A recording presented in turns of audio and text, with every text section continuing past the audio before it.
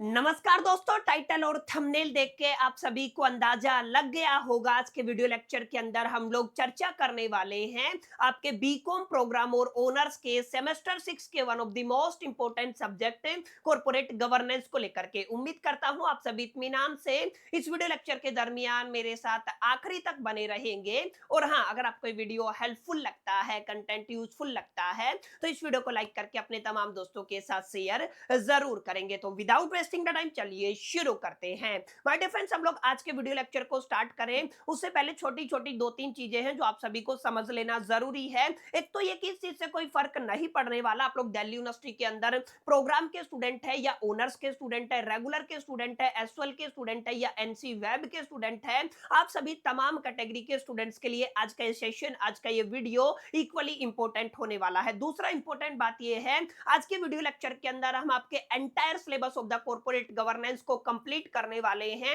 हम लोग उन तमाम क्वेश्चंस को भी गो थ्रो करेंगे जिनके इस बार आपके फाइनल एग्जामिनेशन में आने की प्रोबेबिलिटी, पॉसिबिलिटी, संभावना और चांसेस बहुत ज्यादा रहने वाले हैं। और उनके पीछे के कॉन्सेप्ट को हम लोग काफी डिटेल में, काफी डेप्थ में जाकर के अंडरस्टैंड करने वाले हैं। तो ज्यादा बातें ना करते हुए बढ़ते हैं लेक्चर की तरफ और शुरुआत करते हैं हमारे पहले क्वेश्चन से। देखिए, पहला क्वेश्चन है आपका, what is the meaning of investment committee. अब ध्यान दीजिएगा, अलग अलग कमेटी आपके सिलेबस के अंदर डाली गई है। जैसे आप सभी ने सुना इन्वेस्टमेंट कमेटी होता है, जैसे आप सभी ने सुना होगा एक शेयर होल्डर ग्रीवियंस कमेटी होता है, इसके अलावा आपका एक रिस्क मैनेजमेंट कमेटी होता है, इसके अलावा आप लोग कंप्लायंसेस कमेटी की बात कर सकते हैं। कुल मिलाकर के आपके सिलेबस के अंदर मल्टीपल कमेटीज डाली गई हैं। उन कमेटीज का मीनिंग क्या होता है और रोल क्या होता है, इस तरीके का सवाल अक्सर आपके फाइनल एग्जामिनेशन के अंदर देखने को मिलता ही मिलता है। तो आपको क्या करना है, इन तमाम कमेटीज को एक बार गो थ्रू करना है। जैसे आज का जो हमारा पहला कमेटी कौन सा है सर, आपका इन्वेस्टमेंट कमेटी है। ठीक है, आप ध्यान दीजिएगा क्योंकि कॉर्पोरेट गवर्नेंस की बात है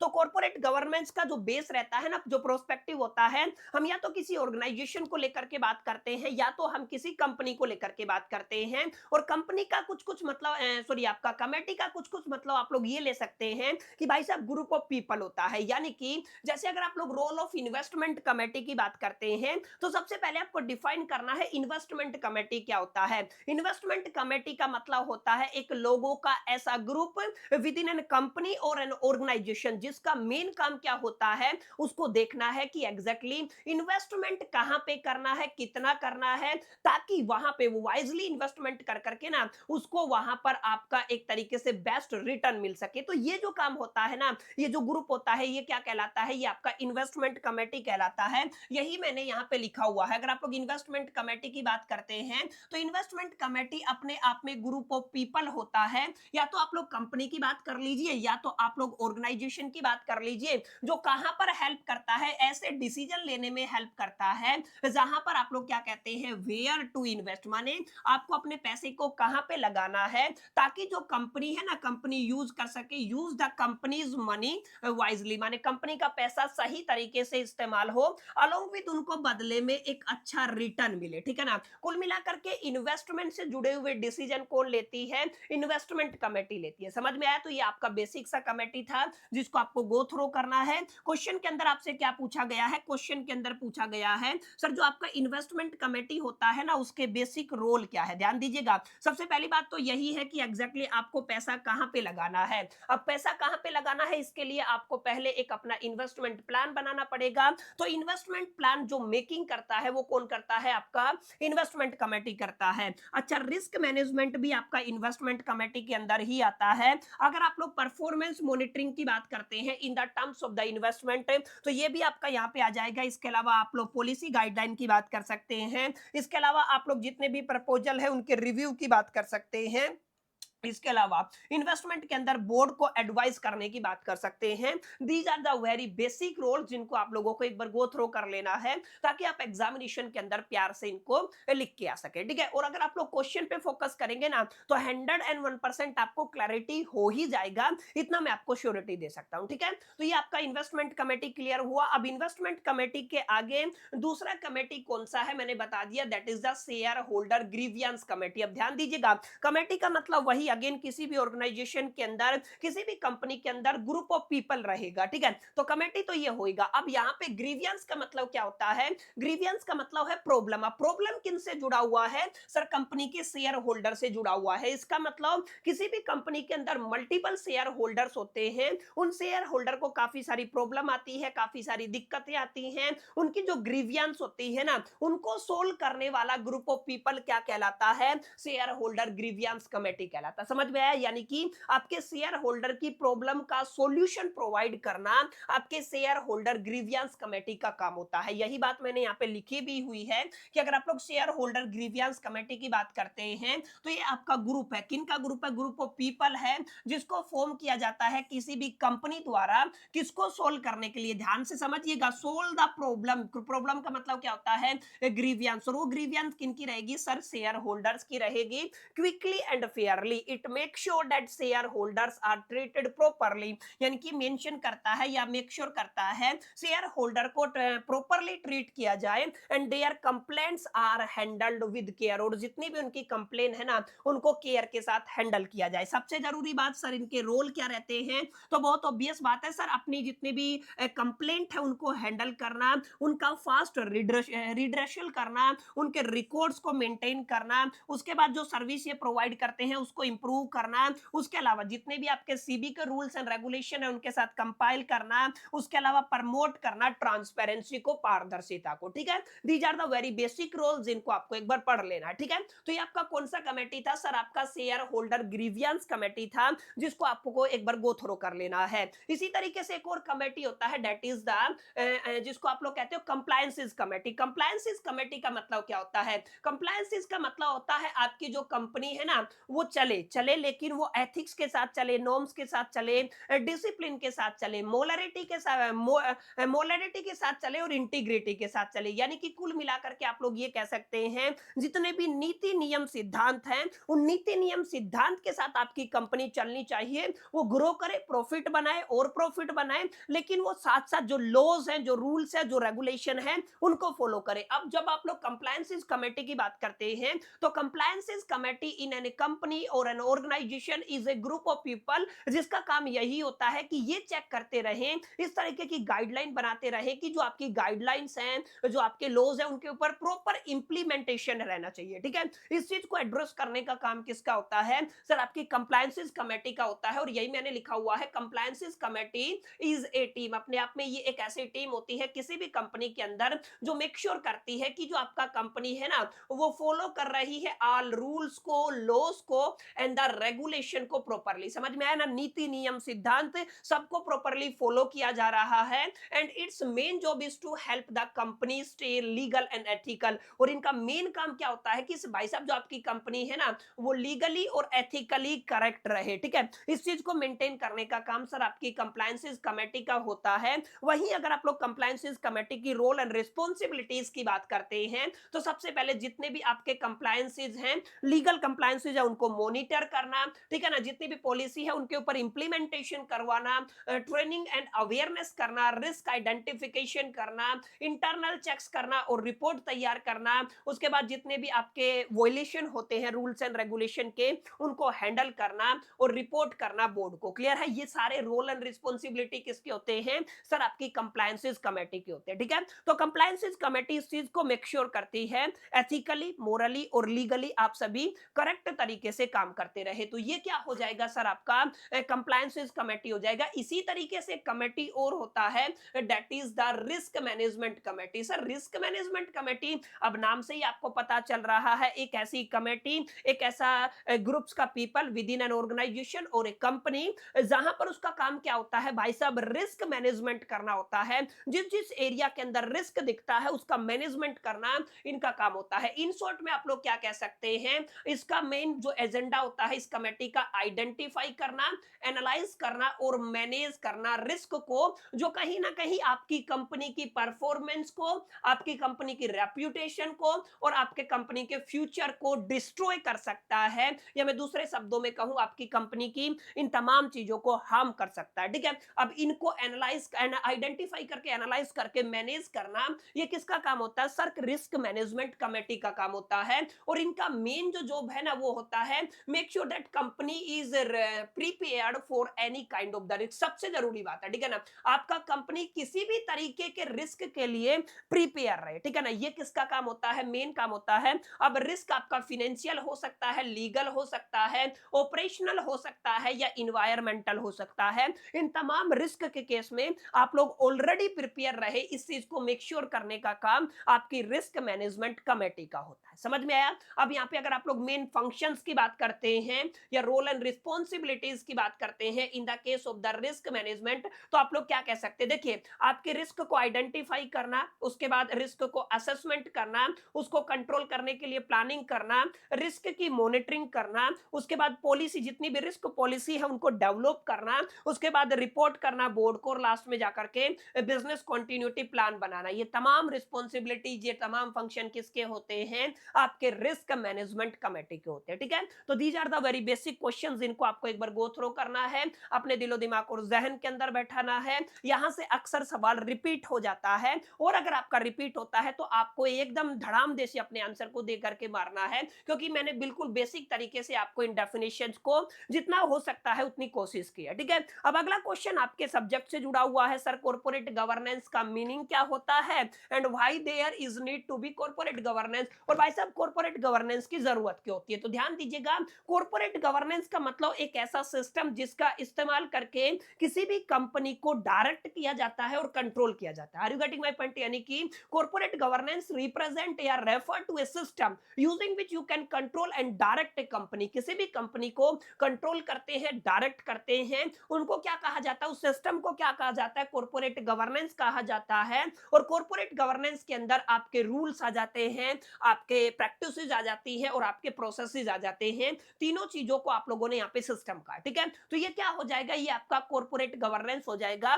यही डेफिनेशन मैंने यहाँ पे लिखी हुई है कि भाई साहब अगर आप लोग कॉर्पोरेट गवर्नेंस की बात करते हैं तो ये आपका इंश्योर करता है एक ऐसे सिस्टम को by which a companies are directed and the control. किसी भी कंपनी को आप लोग डायरेक्ट करते हैं या तो कंट्रोल करते हैं। और corporate governance is a set of the rules और ए प्रैक्टिसेस और the processes used to make sure that a company is run in a fair, transparency and the accountable manner. These are the pillars of the corporate governance. ये भी आपको याद रखना, ठीक है। अगर आप लोग पिलर्स ऑफ कॉर्पोरेट गवर्नेंस की बात करते हैं, फेयरनेस हो गया, ट्रांसपेरेंसी हो गया और अकाउंटेबिलिटी हो गया, इन तीनों मैनर में आपका कंपनी काम करता रहे, इस चीज को इंश्योर करने का काम कॉर्पोरेट गवर्नेंस का होता है। और कॉर्पोरेट गवर्नेंस बेसिकली रिलेशनशिप बताती है किसके बीच में? सर आपका सबसे पहले क्या आता है? बोर्ड्स ऑफ डायरेक्टर आता है, उसके बाद मैनेजमेंट आता है, उसके बाद शेयर होल्डर आता है, और चौथे नंबर पे आपका स्टेक होल्डर आता है, ठीक है। अब इन तीनों के बीच में एक बराबर कोऑर्डिनेशन बना रहे। समझ में आया?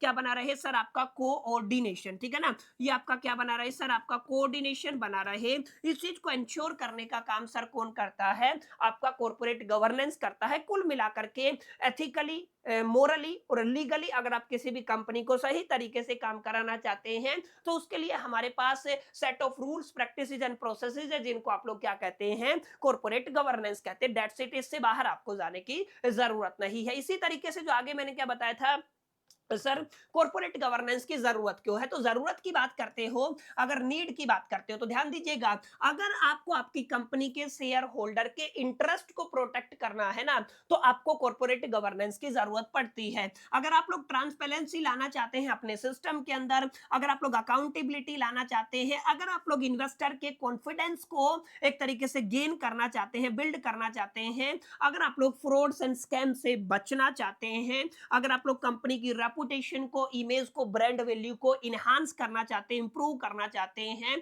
अगर आप लोग लॉन्ग टर्म जो ग्रोथ है उसको सपोर्ट करना चाहते हैं, तो आपको किसकी जरूरत पड़ती है? सर आपके सीजी की जरूरत पड़ती है, सर आपके कॉर्पोरेट गवर्नेंस की जरूरत पड़ती है। समझ में आया? तो ये आपके बेसिक सवाल है, बेसिक क्वेश्चन है, जिनको आप एक बार पढ़ लेंगे ना तो बड़े प्यार से, बड़े आराम से आप इनको टैकल कर सकते हैं। अब काफी बच्चों को समस्या होगी कि भाई साहब थोड़ा साइड हो लो, हम इसका स्क्रीनशॉट लेंगे, तो स्क्रीनशॉट लेने के चक्कर में टाइम वेस्ट करने की जरूरत जरूरत नहीं है, इस वीडियो के नीचे कमेंट सेक्शन के अंदर पीडीएफ टाइप कर दीजिएगा, वहां पर मैं आपको इसका डाउनलोडेबल लिंक प्रोवाइड कर दूंगा और साथ साथ टेलीग्राम चैनल भी ज्वाइन कर लीजिएगा। हो सकता है टेलीग्राम चैनल के ऊपर ये वाला पीडीएफ आपको पहले देखने को मिल जाए, तो आपको स्क्रीनशॉट लेने की जरूरत नहीं है, ना ही स्क्रीनशॉट के लिए प्लीज कमेंट कीजिएगा, ठीक है। चलिए आगे बढ़ते हैं। अगला question, yes very good question. यहाँ पे क्वेश्चन क्या है सर, दो अलग अलग शब्द है, एक आपका मैनेजमेंट होता है, एक आपका गवर्नेंस होता है, दोनों के बीच में बुनियादी तौर पे क्या फर्क होता है, ध्यान दीजिएगा। एक आपका शॉर्ट टर्म प्लानिंग होता है, एक आपका लॉन्ग टर्म प्लानिंग होता है, एक डे टू डे एक्टिविटी होता है, एक लॉन्ग टर्म प्लानिंग होता है। तो दोनों कुछ इसी तरीके से मैनेजमेंट और आपका गवर्नेंस के केस में देखने को मिलता है। तो यहाँ पे मैंने एक अच्छा सा टेबल बनाया हुआ है, यहाँ पे मैंने मैनेजमेंट लिखा हुआ है, यहाँ पे मैंने गवर्नेंस लिखा हुआ है। हम लोग किस बेसिस पे बात करेंगे वो फैक्टर आपको यहाँ पे दिख जाएंगे। जैसे अगर आप लोग मैनेजमेंट की बात करते हैं तो management is all about the day to day running of the business, ठीक है ना। जो भी आपकी डे टू डे एक्टिविटी होती है, जो भी आपका डे टू डे बिजनेस होता है, उसको रन करने के लिए मैनेजमेंट की जरूरत पड़ती है। अगर आप लोग दूसरी साइड गवर्नेंस की बात करते हैं तो गवर्नेंस अपने आप में सेट करता है रूल्स को एंड पॉलिसीज को for running the business. Business को चलाने के लिए आपको रूल्स को सेट करना है और पॉलिसी सेट करना है। तो अगर आप लोग लॉन्ग टर्म में चलाना चाहते हैं ना, तो आप लोग इन रूल एंड प्रैक्टिसेस का इस्तेमाल करेंगे, जिनको बनाने का काम गवर्नेंस करता है, ठीक है। अब दूसरा बेसिस है, यहाँ पे मैनेजमेंट के अंदर आपका क्या किस पर फोकस किया जाता है, डूइंग थिंग्स राइट। देखिए डूइंग थिंग्स राइट यानी कि चीजों को सही करना है, ठीक है ना। अब यहाँ पे गवर्नेंस के अंदर किस पे फोकस किया जाता है, डूइंग द राइट थिंग्स, माने हमें सही काम करना है, ठीक है ना। यहाँ पे क्या करना है, डूइंग थिंग्स राइट, और यहाँ पे क्या होता है, डूइंग द राइट थिंग्स, ठीक है। ये आपका मेन फोकस होता है। अगर आप लोग ये आगे मैनेजमेंट की बात करते हैं तो यहाँ पे मैनेजमेंट मैनेजर्स या एग्जीक्यूटिव करते हैं, वहां पर गवर्नेंस बोर्ड्स ऑफ डायरेक्टर या कमिटीज करती है, ठीक है। ये आपको ध्यान रखना है। अगर आप लोग मैनेजमेंट की बात करते हैं तो यहाँ पे अगर आप लोग वर्क नेचर की बात करते हैं तो ये आपका ऑपरेशनल होता है। ऑपरेशनल का मतलब क्या होता है, डे टू डे हेडेक को एक तरीके से मैनेज करना। यहाँ पे ये स्ट्रेटेजिक नेचर का होता है, long term planning and the control, ये मैंने आपको बताया हुआ है, ठीक है। इसके बाद की रिस्पॉन्सिबिलिटीज की बात करते हैं तो यहाँ पे होता है डिसीजंस के ऊपर इंप्लीमेंटेशन करना, ठीक है। यहाँ पे आपका पॉलिसीज बनाना और ओवरसीज करना मैनेजमेंट को, ठीक है। इसी तरीके से टाइम होरिजोन की बात करते हैं तो ये आपका शॉर्ट टर्म गोल के ऊपर काम करता है, गवर्नेंस आपका लॉन्ग टर्म गोल के ऊपर काम करता है। इसी तरीके से आप लोग कुछ एग्जांपल ले सकते हैं, जैसे अगर आपको लॉन्च करना है एक new production in the market या प्रोडक्ट इन द मार्केट, तो एक इसका एग्जांपल है, मैनेजमेंट का एग्जांपल है। अगर आपको अप्रूव करना है, क्या अप्रूव करना है, decision to enter a new business area, यानी कि आपको एक नए बिजनेस एरिया के अंदर एंटर करना है, तो बहुत ऑब्वियस सी बात है ये गवर्नेंस की कैटेगरी के अंदर आता है। तो कुल मिलाकर के गवर्नेंस और मैनेजमेंट के अंदर आपको अंतर पता होना चाहिए, डिफरेंस पता होना चाहिए, आपको एक क्लैरिटी होना चाहिए। दोनों चीजें माय डियर फ्रेंड्स एक दूसरे से जुदा जुदा रहने वाली है, क्लियर है। चलिए आगे बढ़ते हैं। आगे क्या पूछा गया है, what are the key players in the corporate governance. This is going to be very very interesting question my dear friends, कि जो आपका कॉर्पोरेट गवर्नेंस है ना, उस कॉर्पोरेट गवर्नेंस के अंदर की प्लेयर्स कौन होता है। देखिए हर एक वो बंदा जो मैनेजमेंट के अंदर कहीं ना कहीं शामिल होता है ना, वो आपका की प्लेयर होता है। जैसे अगर आप लोग यहाँ पे बात करते हैं, देखिएगा की players in the corporate governance are the mainly people और ए ग्रुप, ध्यान दीजिएगा, ऐसे लोग या लोगों का समूह जो रिस्पॉन्सिबल है make sure the company is run ethically, transparently और रिस्पॉन्सिबली। समझ में आया, ऐसे लोग जो किसी भी कंपनी के लिए जिम्मेदार हैं कि आपकी कंपनी एथिकली, ट्रांसपेरेंटली और रिस्पॉन्सिबली काम करे, वो तमाम लोग क्या कहलाते हैं सर, वो आपके कॉर्पोरेट गवर्नेंस के की प्लेयर्स कहलाते हैं। जैसे अगर आप लोग बात करते हैं मेनली की प्लेयर्स की, सर आपके बोर्ड्स ऑफ डायरेक्टर हो गए, चेयरपर्सन हो गया, आपका जो सीईओ है जिसको आप लोग चीफ एग्जीक्यूटिव ऑफिसर, या जो आपका मैनेजिंग डायरेक्टर होता है, या शेयर होल्डर होता है, या आपका जो ऑडिटर है, इंटरनल हो चाहे एक्सटर्नल हो, चाहे आप लोग कंपनी सेक्रेटरी की बात कर लीजिए, या फिर आप लोग यहाँ पे regulatory authorities just like the CB हो गया, एमसीए हो गया, या स्टॉक एक्सचेंज हो गया, और लास्ट में जाकर के आप लोग एग्जांपल दे सकते हैं। कुल मिलाकर के these are the key players. ये क्या होती हैं, की प्लेयर्स होते हैं किसके अंदर, कॉर्पोरेट गवर्नेंस के अंदर, क्योंकि ये वो तमाम लोग हैं जो जिम्मेदार हैं आपकी कंपनी एथिकली करेक्ट रहे, आपकी कंपनी ट्रांसपेरेंट रहे, आपकी कंपनी रिस्पॉन्सिबल रहे, आपकी कंपनी अकाउंटेबल रहे। अब इन सब चीजों को देखने की जिम्मेदारी जिन लोगों के ऊपर होती है ना, वही आपके कॉर्पोरेट गवर्नेंस के के अंदर की प्लेयर कहलाते हैं। जैसे थोड़ा सा आपको समझा देता हूं, बाकी आपको रीड करना है। बोर्ड्स ऑफ डायरेक्टर की बात करते हैं, ठीक है। तो आपका मेन गवर्निंग बॉडी होता है बोर्ड्स ऑफ डायरेक्टर कंपनी के अंदर, ठीक है ना। ये आपके मेजर डिसीजन लेता है, पॉलिसीज बनाता है एंड इंश्योर करता है companies work in the best interest of the share holder. तो यहाँ पे हुआ क्या, यहाँ पे इन फैक्टर को इफेक्ट किया ना, अफेक्ट किया ना, इन्फ्लुएंस किया ना, प्रभावित किया ना, तो डेट्स वाई ये आपका की प्लेयर हो जाएगा। जैसे चेयरमैन की बात करते हैं, head of the board of director होता है चेयरमैन, ये लीड करता है बोर्ड मीटिंग्स को एंड इंश्योर करता है proper functioning of the boards को। कुल मिलाकर के जो भी लोग कंपनी को एथिकली, ट्रांसपेरेंटली एंड रिस्पॉन्सिबल बनाने में, मेक श्योर करने में हेल्प करते हैं, वो तमाम लोग कॉर्पोरेट गवर्नेंस के अंदर की प्लेयर्स कहलाते हैं, ठीक है। तो वेरी सिंपल, वेरी बेसिक, जिसको आपको एक बार पढ़ करके ना काफी हद तक क्लैरिटी हो जाएगा, ठीक है। अगला क्वेश्चन रहेगा, काफी इंपॉर्टेंट है, ध्यान दीजिएगा, ठीक है। क्वेश्चन है, what is the idea of stewardship theory in the corporate governance, explain the assumption and the argument behind the theory. तीन चीजें एक साथ पूछी गई है बच्चा। सबसे पहले आपको बताना है स्टीवार्डशिप थ्योरी क्या होता है कॉर्पोरेट गवर्नेंस के अंदर, इसके अजम्पशंस क्या है ये आपको बताने हैं, और आर्गुमेंट बिहाइंड द थ्योरी क्या है, ठीक है। अब फटाफट से इसको थोड़ा सा पढ़िएगा।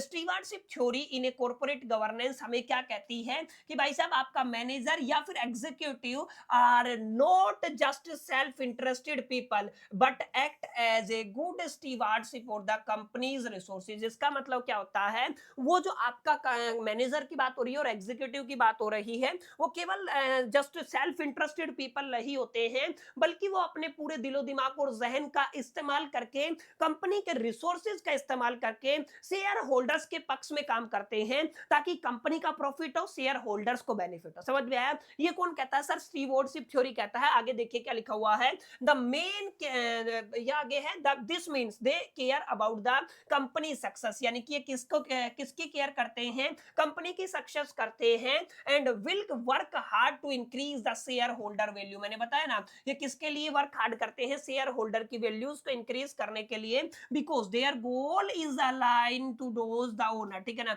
बिकॉज इनका जो गोल है वो आपके ओनर्स के गोल के साथ, ऑर्गेनाइजेशन के गोल के साथ अलाइन होता है। समझ में आया? तो these are very basic definition, जिसको आपको एक बार पढ़ना है।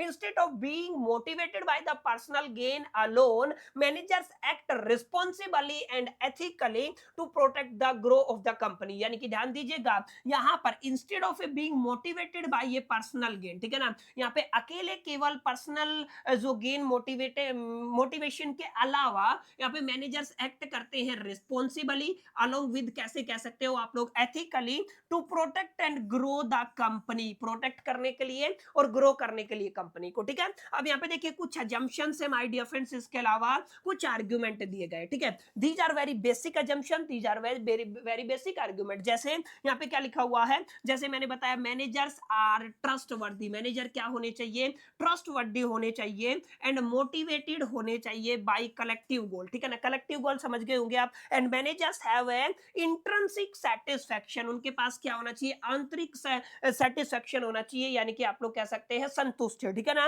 And managers and shareholders share common objective, बहुत कॉमन बात है, दोनों एक ही कॉमन ऑब्जेक्टिव शेयर करें। And managers prefer the cooperation over conflict, ठीक है ना। मैनेजर्स कॉन्फ्लिक्ट के ऊपर किसको प्रीफरेंस दे सर, कोऑपरेशन को प्रीफरेंस दे। And managers are committed to the company, और मैनेजर किसके लिए कमिटेड होना चाहिए सर, कंपनी के लिए कमिटेड होना चाहिए, ठीक है। तो this is going to be very very easy. इसके अलावा ये कुछ आर्ग्यूमेंट है, एक बार आप लोग पढ़ लीजिएगा, कोई ऐसी चीज मेरे को नहीं लगती इनमें जो आपको ना समझ में आए, ठीक है। एक बार पढ़ेंगे तो 101% आपको क्लैरिटी हो जाएगा, ठीक है। तो माय डियर फ्रेंड्स, ये कुछ बातें थी जिनको अभी तक हम लोगों ने डिस्कस किया है आपके कॉर्पोरेट गवर्नेंस के अंदर। अभी तक बताइए आपको चीजें समझ में आई, नहीं आई, सेशन पसंद आया या नहीं आया? अगर अभी तक का सेशन आपको पसंद आया है, जो आपके कॉन्सेप्ट है वो मक्खन लगे हैं, तो यार इस वीडियो को लाइक जरूर करिए, दोस्तों के साथ शेयर जरूर कीजिएगा, और डेफिनेटली आप हमारे इस चैनल के ऊपर, that is a com expert, इसके ऊपर आप लोग नए होंगे तो यार इस वीडियो को, इस चैनल को सब्सक्राइब करके बेल आइकन को जरूर प्रेस कर दीजिएगा,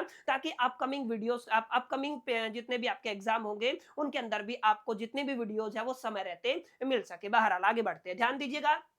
अगला क्वेश्चन रहेगा सर डायरेक्टर से। देखिए डायरेक्टर से क्वेश्चन आता है, कितने तरीके के डायरेक्टर्स होते हैं, उनके रोल एंड रिस्पॉन्सिबिलिटी क्या होती है। फटाफट से 2x पे चलते हैं, ध्यान दीजिएगा। अगर आप लोग डायरेक्टर्स की बात करते हैं ना, तो डायरेक्टर एक ऐसा पर्सन होता है जिसको अपॉइंट किया जाता है मैनेज करने के लिए एंड कंट्रोल करने के लिए the affairs of the company. Are you getting my point? यानी कि आप लोग कह सकते हैं सर डायरेक्टर वो पर्सन होता है, अब पर्सन के अंदर ही और सी दोनों हो सकता है, ध्यान दीजिएगा, ठीक है।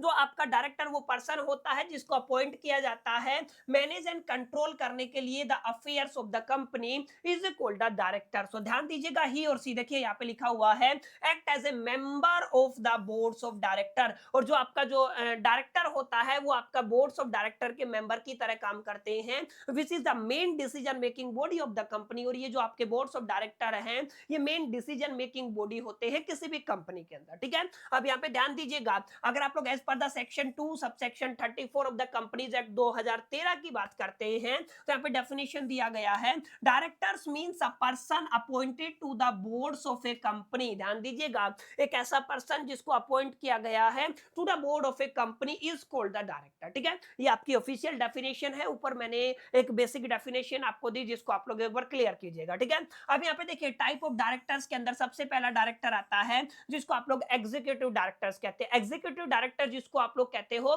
फुल टाइम डायरेक्टर, ठीक है ना, जो डे टू डे एक्टिविटी के अंदर इन्वॉल्व होता है वो आपका एग्जीक्यूटिव डायरेक्टर होता है। दूसरा होता है non executive director. Non executive director वो होता है जो डेली ऑपरेशंस के अंदर तो इन्वॉल्व नहीं होता है, लेकिन जितनी भी आपकी बोर्ड्स मीटिंग होती है और जितने भी स्ट्रेटेजिक में मेकिंग डिसीजन मेकिंग होता है ना, वहां पे ये बंदा आपको दिखेगा, ठीक है। इसके अलावा आपका एक इंडिपेंडेंट डायरेक्टर होता है। इंडिपेंडेंट डायरेक्टर का रिलेशन ना तो कंपनी से होता है ना ही प्रमोटर से होता है, इनको एक तरीके से अपॉइंट किया जाता है ताकि कंपनी के अंदर, ध्यान दीजिएगा, fairness transparency and the corporate governance को प्रॉपर तरीके से मेंटेन किया जाए, ठीक है। तो ये क्या होते हैं, इंडिपेंडेंट डायरेक्टर होते हैं। नॉमिनी डायरेक्टर वो होते हैं जितने भी आपके बैंक्स हो गए, फाइनेंशियल इंस्टीट्यूशन हो गए, जो नॉमिनी बना देते हैं ना, वो आपका नॉमिनी डायरेक्टर हो जाता है। वुमेन डायरेक्टर माने ए director, female director is called the women director. इसके अलावा आपका एडिशनल डायरेक्टर होता है। एडिशनल डायरेक्टर का मतलब क्या होता है, ध्यान दीजिएगा, appointed by A board of a director between the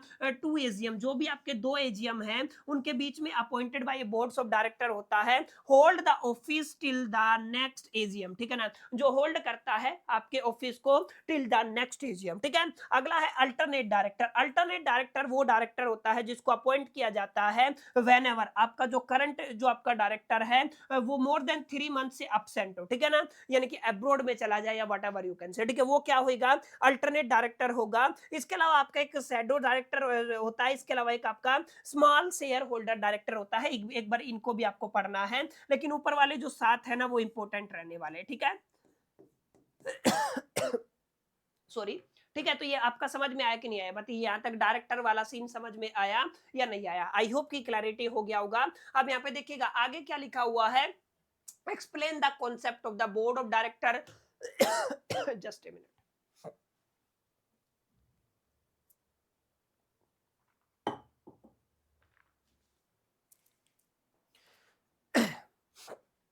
चलिए अगले क्वेश्चन की तरफ बढ़ते हैं।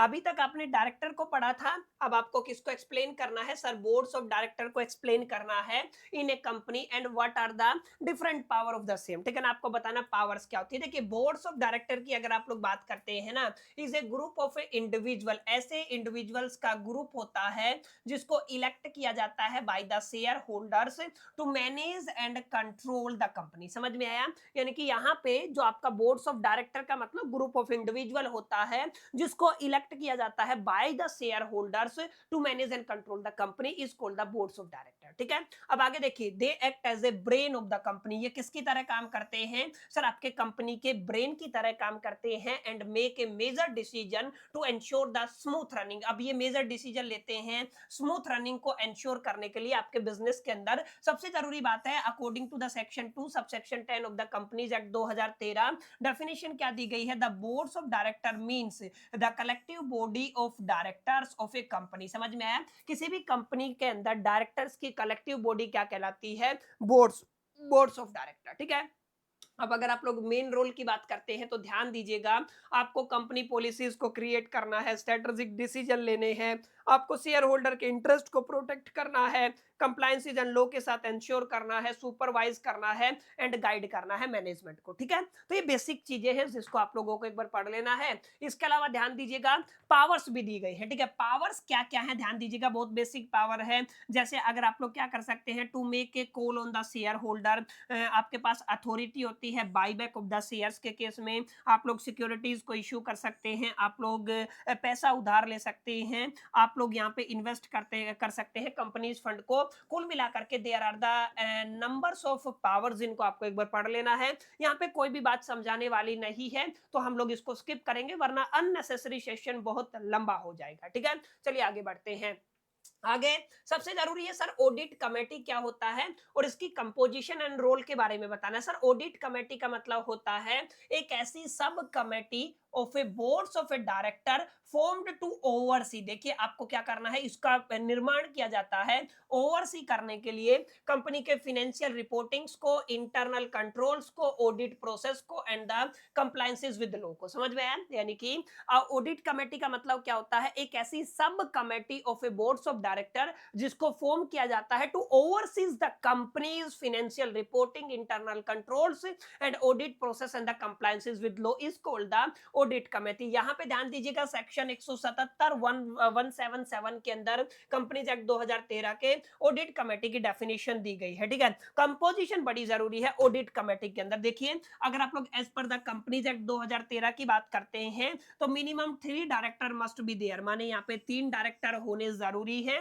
और यहाँ पे याद रखिएगा majority should be independent director. Sir majority किसकी होनी चाहिए? इंडिपेंडेंट डायरेक्टर की होनी चाहिए। And members must have the knowledge of the finance, member को फिनांस की नॉलेज, ऑडिट की knowledge along with the accounting की नॉलेज होना बड़ा जरूरी है। And the chairperson of A committee shall be the independent director, और इसका जो कमेटी का चेयरपर्सन है वो भी क्या होना चाहिए? इंडिपेंडेंट डायरेक्टर होना चाहिए। ठीक है, तो यहाँ पे क्या क्या बताया सर? मिनिमम 3 डायरेक्टर हो, मेजोरिटी में इंडिपेंडेंट डायरेक्टर हो, जितने भी मेंबर है सबको knowledge of finance, audit and accounting होना चाहिए, चेयरपर्सन आपका इंडिपेंडेंट डायरेक्टर होना चाहिए। ये आपकी कंपोजिशन ऑफ ऑडिट कमेटी है according to the companies act 2013। ठीक है, अब यहाँ पे फंक्शन की बात करते हैं तो ऑडिट कंपनी के ऑडिट कमेटी भाई साहब आपके फाइनेंशियल स्टेटमेंट को रिव्यू कर सकती है, बहुत ऑब्वियस सी बात है। ये आपके इंटरनल ऑडिट्स को ओवरसी कर सकती है, ऑब्वियस सी बात है। ये आपके ऑडिटर्स को अपॉइंट कर सकती है, ये आपके ऑडिटर्स की रिपोर्ट को रिव्यू कर सकती है, ये आपके इंटरनल कंट्रोल सिस्टम को मॉनिटर कर सकती है।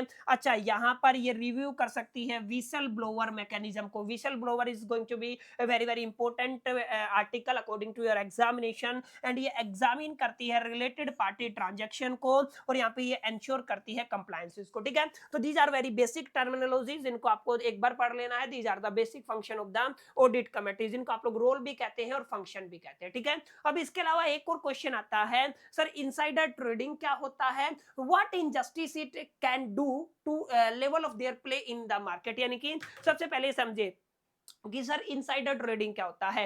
ये ट्रेडिंग तो आप सभी समझ गए होंगे, बाइंग एंड सेलिंग क्या होता है, आपकी सिक्योरिटीज वगैरह वो आपका ट्रेडिंग होता है। लेकिन इनसाइडर का मतलब क्या होता है? सर इनसाइडर का मतलब वो व्यक्ति होता है जिसके पास किसी भी कंपनी से जुड़ी हुई ना कोई कॉन्फिडेंशियल इंफॉर्मेशन होती है। ठीक है, कॉन्फिडेंशियल इंफॉर्मेशन होती है या आपकी अनपब्लिश्ड इंफॉर्मेशन होती है, उसको क्या कहते हो आप लोग? यहाँ पे इनसाइडर कहते हो। अब जैसे आपका डायरेक्टर हो गया, जैसे आपका एम्प्लॉयज हो गया, जैसे आपका ऑडिटर हो गया, जैसे आपका लॉयर और बैंकर हो गया, जैसे आपकी कंपनी के कंसल्टेंट वगैरह हो गए, ये सब इनसाइडर कहलाते हैं। क्योंकि any person who has access the unpublished price sensitive information, ठीक है ना, इसको आप लोग यूपीएसआई कहते हैं। ठीक है, यूपीएसआई का मतलब क्या होता है? Unpublished price sensitive information. जिन भी बंदों के पास होती है, जिन भी लोगों के पास होती है, जिस भी पर्सन के पास यूपीएसआई होगा ना वो आपका इनसाइडर होगा। अब क्योंकि इसके पास अनपब्लिश्ड प्राइस सेंसिटिव इंफॉर्मेशन होती है तो ये क्या करेगा? अपनी ही कंपनी के अंदर उस इंफॉर्मेशन का गलत इस्तेमाल करके मान लीजिए अपने शेयर्स या सिक्योरिटीज को बाइंग एंड सेलिंग करना स्टार्ट कर दे, आपके रिजल्ट्स को मैनिपुलेट करना स्टार्ट कर दे, आपके प्राइस को मैनिपुलेट करना स्टार्ट करते हैं, तो ये जो कहलाता है ना ये आपका इनसाइडर ट्रेडिंग कहलाता है। ठीक है, इनसाइडर ट्रेडिंग का मतलब होता है buying and selling a company shares by a person who has access to the confidential और a price sensitive information which is not available to the public. ठीक है ना, मैंने बता दिया जिसके पास या तो प्राइस सेंसिटिव इंफॉर्मेशन हो, जिसको आप लोग unpublish price sensitive information UPSI कहते हैं, या जिसके पास कॉन्फिडेंशियल इन्फॉर्मेशन और वो आपकी ही कंपनी के आपके शेयर्स को एक तरीके से बाइंग और सेलिंग करें, तो ये आपका इनसाइडर ट्रेडिंग कहलाता है। ठीक है, अब यहाँ पे देखिएगा इनसाइडर ट्रेडिंग से रिलेटेड कुछ लॉज बनाए गए हैं जो प्रिवेंट करते, जैसे सबसे पहले आप लोग यहाँ पे सीबी रेगुलेशन 2015 की बात करते हैं, यहाँ पे हैवी पेनल्टीज का प्रावधान है, जेल्स का भी प्रावधान है, एंड यहाँ पे क्या है आपका लिखा हुआ है banning from the market for a guilty insider. Obvious सी बात है, मेजरली यहाँ पे सीबी रेगुलेशन 2015 इसको कंट्रोल करता है। ठीक है, तो जो कोई भी आपका इनसाइडर है ना वो ट्रेडिंग नहीं कर सकता है उसी कंपनी के अंदर, क्योंकि उसके पास कॉन्फिडेंशियल इंफॉर्मेशन होती है और ये क्राइम माना गया है। ठीक है, हिंदुस्तान के अंदर ये क्या माना गया है, क्राइम माना गया है। अब यहाँ पे देखिएगा अगर आप लोग इनसाइडर ट्रेडिंग की बात करते हैं तो why insider trading is wrong, insider trading गलत क्यों है ये पूछा गया था।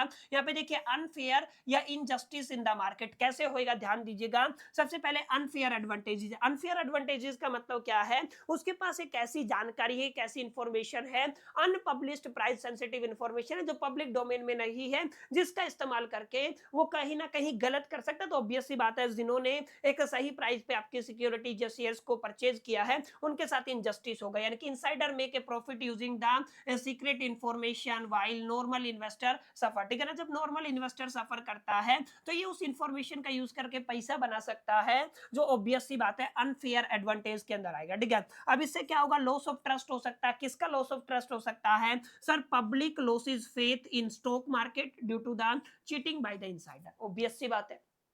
ठीक है, आगे देखिए प्राइस मैनिपुलेशन हो सकता है, उसके अलावा डैमेजेस रेपुटेशन हो सकता है, रेपुटेशन बड़ा डैमेज हो गया ना, एक बार रेपुटेशन डैमेज हो गया फिर कुछ नहीं हो सकता भाई साहब। ठीक है, उसके अलावा आपका लीगल कॉन्सिक्वेंसेज हो सकते हैं, लीगल कॉन्सिक्वेंसेज माने सीबी के लॉज एंड रेगुलेशन के अकॉर्डिंग जो भी आपको पनिशमेंट वगैरह का प्रावधान है ना वो भी देखने को मिल सकता है, फिर आपको काफी डिफिकल्टी हो सकता है। ठीक है, तो these are the very basic wrong doing जो आपका बेसिकली एक आपका इनसाइडर ट्रेडर कर सकता है, तो प्लीज मेक श्योर करके इसको अपने दिलो दिमाग और जहन के अंदर बैठा लीजिएगा। ठीक है, अब ये आपको बताना है व्हाट इज व्हाट नहीं in what way illegal insider trading is harmful to the corporate governance, तो ये आपको बताना है। सेम क्वेश्चन है, इनसाइडर ट्रेडिंग किस तरीके से कॉर्पोरेट गवर्नेंस के रेफरेंस में आपका क्या करता है माय डियर फ्रेंड्स, हार्म करता है। ठीक है, तो कंप्लीट एक्सप्लेनेशन है, आप लोग एक बार पढ़ जरूर लीजिएगा ताकि आपको क्लैरिटी हो सके, बाकी मैंने समझा दिया। ठीक है, इसके अलावा एक बंदा होता है that is the whistle blowing, एक विशल ब्लोअर होता है, इसकी इंपॉर्टेंस को बताना। सर विशल ब्लोअर एक ऐसा व्यक्ति होता है, अच्छा विशल ब्लोअर इंटरनल भी हो सकता है एक्सटर्नल भी हो सकता है, मैनेजमेंट का ही कोई बंदा हो सकता है या बाहर का भी कोई व्यक्ति हो सकता है। विशल ब्लोअर वो होता है जो कोई भी अनएथिकल इलीगल या रॉन्ग डूइंग एक्टिविटी को रिपोर्ट करता है, वो किसी को भी रिपोर्ट करे। ठीक है, हायर अथॉरिटीज को रिपोर्ट करे या मैनेजमेंट के लोगों को रिपोर्ट करे, ये जो आपका बंदा होता है ये आपका विशल ब्लोअर होता है। और ये जो पूरा प्रोसेस है, ये जो फेनोमेनन है, ये क्या कहलाता है, विशल ब्लोइंग कहलाता है। ठीक है, यानी कि कोई भी रॉन्ग डूइंग हुआ है, कोई भी अनएथिकल वर्क हुआ है, ठीक है ना, उसके अगेंस्ट आवाज उठाना, उसके अगेंस्ट आपको इन्फॉर्म करना, ठीक है ना, हायर अथॉरिटीज को, वो क्या कहलाता है, वो विशल ब्लोइंग कहलाता है। अब यहाँ पे देखिएगा विशल ब्लोइंग मींस रिपोर्टिंग और एक्सपोजिंग एनी इलीगल अनएथिकल और a wrong doing activity happen inside an organisation by an employees और any person related to the company. समझ में आया, कंपनी के अंदर कुछ भी इलीगल हुआ है, अनएथिकल हुआ है, रॉन्ग एक्टिविटी हुआ है, रॉन्ग डूइंग हुआ है, उसको एक तरीके से एक्सपोज करना या उसके अगेंस्ट रिपोर्ट करना, ये क्या कहलाता है, ये आपका विशल ब्लोइंग कहलाता है। और याद रखिएगा जो भी पर्सन इस कारनामे को अंजाम देता है वो आपका विशल ब्लोअर कहलाता है। ठीक है, if an employee see that senior manager are manipulate the financial report और involved in the corruption and he reports this is higher authority और external agency like the CB is called the whistle blowing. समझ में है ना, जैसे एक basic example दिया है, पढ़ लीजिएगा। ठीक है, जैसे अगर आप लोग यहाँ पे पॉइंट्स की बात करते हैं तो देखिए सबसे पहले क्या है, रॉन्ग डूइंग को एक्सपोज करना। ठीक है ना, यहाँ पे अगर आप लोग रॉन्ग डूइंग को एक्सपोज करते हैं तो ट्रांसपेरेंसी मेंटेन रहता है। यहाँ पे क्या होगा, आप अपने शेयर होल्डर्स को प्रोटेक्ट करते हैं, क्योंकि शेयर होल्डर को प्रोटेक्ट करने का मतलब क्या, आपकी कंपनी के अंदर गलत हो रहा था, अगर वो नहीं पता चलता तो हो सकता है वो एक बड़े नुकसान का कारण भी बन सके। ठीक है ना, इसके अलावा सपोर्ट करना किसको, गुड गवर्नेंस को, अर्लियर वार्निंग सिस्टम, और इसके बाद आप लोग क्या कह सकते हैं, बूस्टर पब्लिक ट्रस्ट। तो ये आपका विशल ब्लोइंग अपने आप में काफी अहम इंपॉर्टेंट और जरूरी कॉन्सेप्ट रहने वाला है, ठीक है। अब इसके अलावा देखिए अगला क्वेश्चन है विशल ब्लोविंग और विशल ब्लोवर के बारे में अगेन आपको एक क्वेश्चन पूछा गया है, तो दोनों चीजें मैंने कवर करा दिया है, तो ये आप लोग एक बार पढ़ लीजिएगा, ठीक है। जो क्वेश्चन रिपीट होंगे हम लोग उस पर चर्चा नहीं करने वाले, ठीक है। अगला क्वेश्चन देखिए, discuss the influence of the institutional investor on the corporate governance. Yes, this is going to be very very important. यहाँ पे क्या पूछा गया है सर, आपका इंस्टीट्यूशनल इन्वेस्टर क्या होता है? इंस्टीट्यूशनल इन्वेस्टर वो आपके बड़े बड़े ऑर्गेनाइजेशन होते हैं जो आपका काफी बड़ा बड़ा पैसा कंपनीज के अंदर इन्वेस्ट करते हैं। जैसे आप लोग म्यूचुअल फंड की बात कर लीजिए, इंश्योरेंस कंपनीज की बात कर लीजिए, पेंशन फंड की बात कर लीजिए, फॉरेन इंस्टीट्यूशनल इन्वेस्टर FIIs की बात कर लीजिए, बैंक्स की बात कर लीजिए। Institutional investors are the large organization that invest a huge amount of a money in the company is called the institutional investor, ठीक है। अब ये किस तरीके से इंफ्लुएंस करती है ध्यान दीजिएगा। These investor often own a significant share. अब ऐसी जो इंस्टीट्यूशन है उनके पास काफी एक बड़ा हिस्सा शेयर्स का कंपनी का होता है, giving them to power to influence the decision. Obvious सी बात है, जिनके पास ज्यादा शेयर होंगे, जिनके पास पावर होगा, वो डिसीजन को इन्फ्लुएंस कर सकता है। दैट्स व्हाई ये क्या करते हैं, डिसीजन को इन्फ्लुएंस करते हैं। और आई होप इतनी बातें आप सभी को क्लियर रही होगी। थोड़ा सा बीच में लाइट चला गया था तो थोड़ा सा बीच में आपको एक स्विच देखने को मिलेगा। बहरहाल आगे बढ़ते हैं, ध्यान दीजिएगा। अब यहाँ पे सवाल ये आता है कि सर इंस्टीट्यूशनल इन्वेस्टर की डेफिनेशन हमें समझ में आ गई।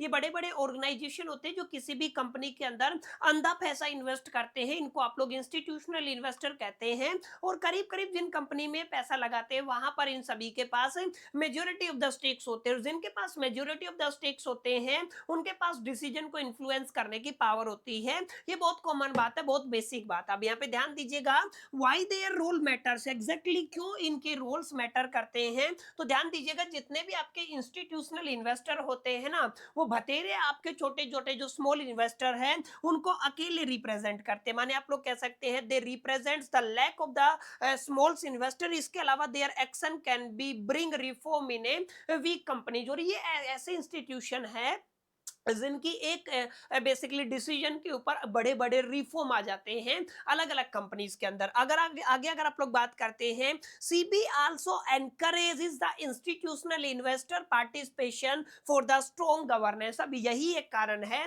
जिनकी वजह से सीबी भी इस चीज को प्रमोट करती है कि इंस्टीट्यूशनल इन्वेस्टर का पार्टिसिपेशन कंपनीज के अंदर ज्यादा हो, ताकि यहां पर जितने भी आपके गवर्नेंस के फेलियर होते हैं ना उनको रोका जा सके। यानी कि मोटा मोटा आप लोग कह सकते हो आपका जो कॉर्पोरेट गवर्नेंस है उसको स्ट्रॉन्ग किया जा सके। समझ में आया? तो ये आपको बड़ा इंपॉर्टेंट पॉइंट अपने एग्जामिनेशन के अंदर जरूर लिख के आना है। इसके अलावा यहाँ पे देखिएगा, role and influences of the institutional investor in corporate governance. तो अलग अलग रोल हैं, जैसे यहाँ पे आपका बोर्ड ऑफ अकाउंटेबिलिटी हो गया, जैसे बेटर ट्रांसपेरेंसी हो गया, जैसे आप लोग अपोजिंग अनएथिकल प्रैक्टिसेस हो गया, इंप्रूव करना परफॉर्मेंस को, उसके बाद वोटिंग राइट यूज हो गया, इसके बाद प्रमोट करना अपने जितने भी सस्टेनेबिलिटी को, इसके बाद इन्फ्लुएंस करना ऑन द मर्जर एंड जो भी आपका टेक ओवर है, ठीक है। अब इनके अंदर आपको एक्सप्लेनेशन भी देना है, ध्यान दीजिएगा, इनके अंदर आपको एक्सप्लेनेशन भी देना है।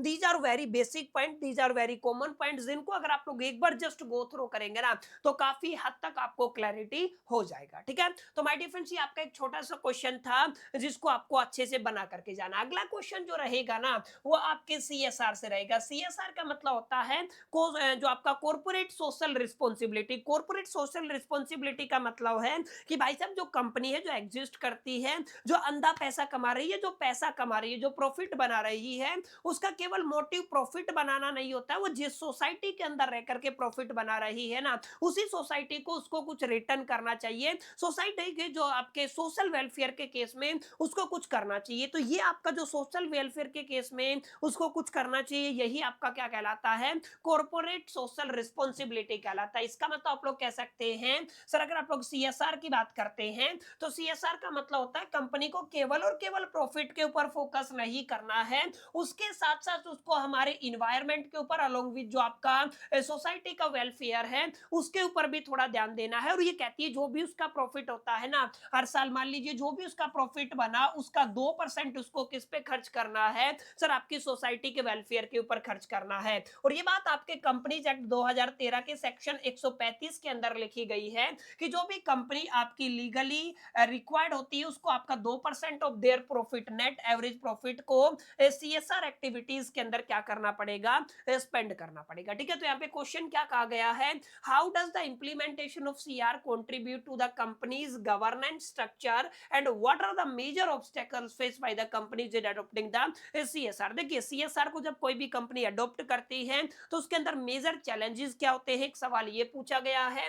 अब यहाँ पे कंट्रीब्यूशन की बात करते हैं ना, तो सबसे पहले आपका ट्रांसपेरेंसी इनहांस होता है। ट्रांसपेरेंसी कैसे इनहांस होता है, ध्यान दीजिएगा, CSR requires regular disclosure and the reporting which increase the transparency. माने जो भी कंपनीज है जिनके केस में सीएसआर होता है, कॉर्पोरेट सोशल रिस्पांसिबिलिटी होता है, उनको लगातार अपनी जो फाइनेंसिंग रिपोर्टिंग है उनको डिस्क्लोज करना पड़ता है, जिनकी वजह से एक ट्रांसपेरेंसी, एक पारदर्शिता बना रहता है। इसी तरीके से आपका ये बिल्ड करते हैं स्टेक होल्डर के ट्रस्ट को। Transparency is directly proportional to the trust, यानी कि जिस ऑर्गेनाइजेशन के अंदर हर चीज पानी की तरह साफ है, इसका मतलब वहां पर आपका एक ट्रस्ट बहुत ज्यादा लेवल पे जाकर के बिल्ड होता है। ठीक है, इसके अलावा ये प्रमोट करते हैं एथिकल बिहेवियर को, क्योंकि आपका जो सीएसआर है ना वो एनकरेज करता है कंपनी को to do the right things morally, not just legally. ठीक है ना, ऐसा काम नहीं करना जो केवल लीगली करेक्ट हो लेकिन मोरली रॉन्ग हो। ठीक है ना, लीगलिटी के साथ आपको मोरलिटी को भी अपने दिलो दिमाग और जहन के अंदर रखना है, और उसके साथ साथ आपको ह्यूमैनिटी और स्पिरिचुअलिटी जैसे फैक्टर्स को भी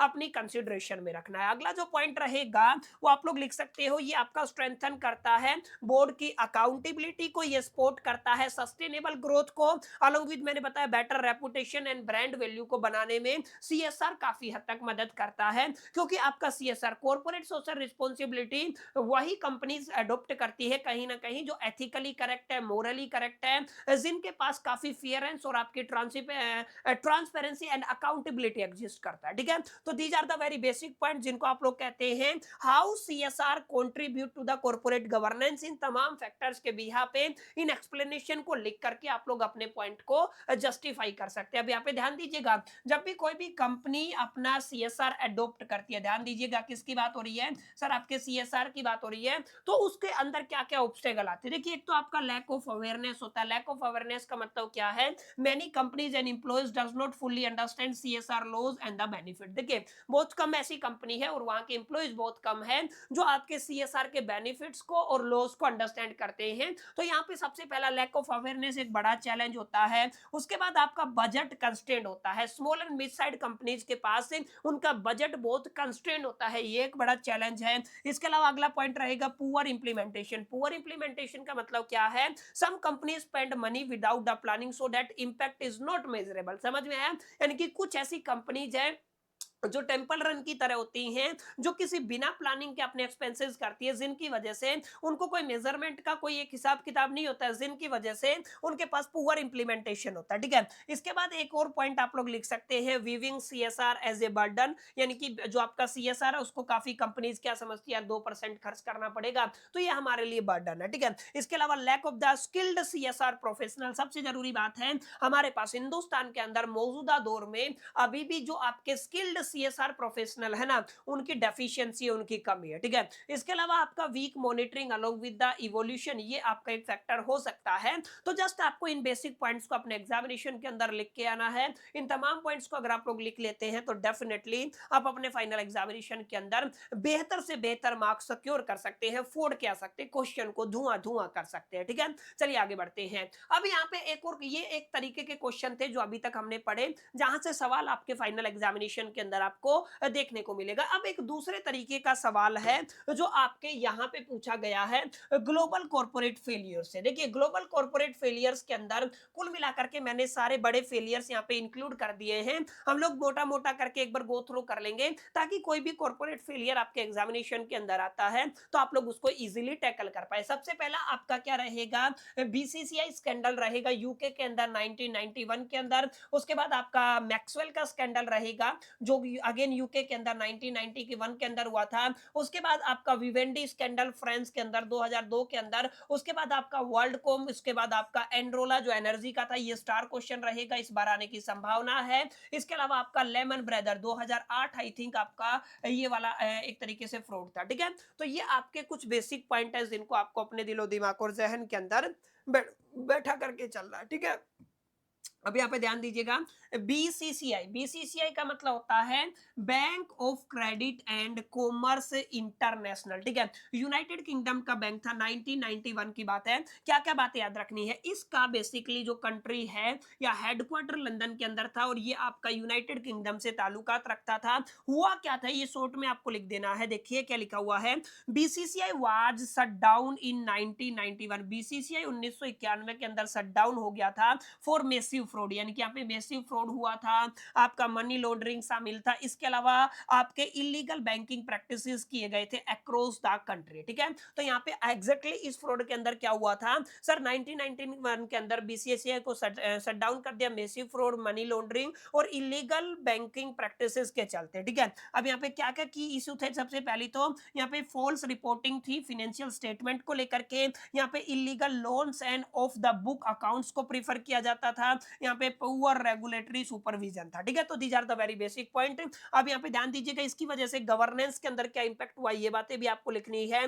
this failure leads to the strict international banking regulation and highlight the need for the cross border supervision in the global finance. दो बड़ी बातें हुई है। ठीक है, पहली बड़ी बात क्या है कि इसने स्ट्रिक्ट इंटरनेशनल बैंकिंग रेगुलेशन को एक तरीके से लीड किया, यही इसी पर्टिकुलर फ्रॉड के बाद आपके जो इंटरनेशनल बैंकिंग रेगुलेशन थे वो काफी स्ट्रिक्ट हो गए थे। इसके अलावा यहाँ पे इसी पॉइंट के बाद ये बात निकल करके आई कि भाई साहब यहाँ पर ना हमें क्रॉस बॉर्डर सुपरविजन की भी जरूरत होती है। अब ध्यान दीजिएगा, क्योंकि वन शॉट है, अब वन शॉट के अंदर मेरे को समय की मर्यादा के अंदर रह करके ना आपको तमाम पॉइंट्स को क्लियर करना है, वरना एक एक स्कैंडल को हम लोगों ने 30-30 40-40 मिनट के अंदर कवर किया है, तो वहां पे आपको काफी डिटेल्ड एक्सप्लेनेशन मिल जाएगा। पूरी की पूरी प्लेलिस्ट मेरे दूसरे main channel that is the BCom corner के ऊपर पड़ा हुआ है, आप लोग वहां पर जाकर के देख सकते हैं। आज का वीडियो का जो मेन एजेंडा है, जिन्होंने लास्ट टाइम केवल प्रिपरेशन करना है या जिनको केवल गो थ्रो करना है, उनके लिए सेशन बेस्ट रहेगा।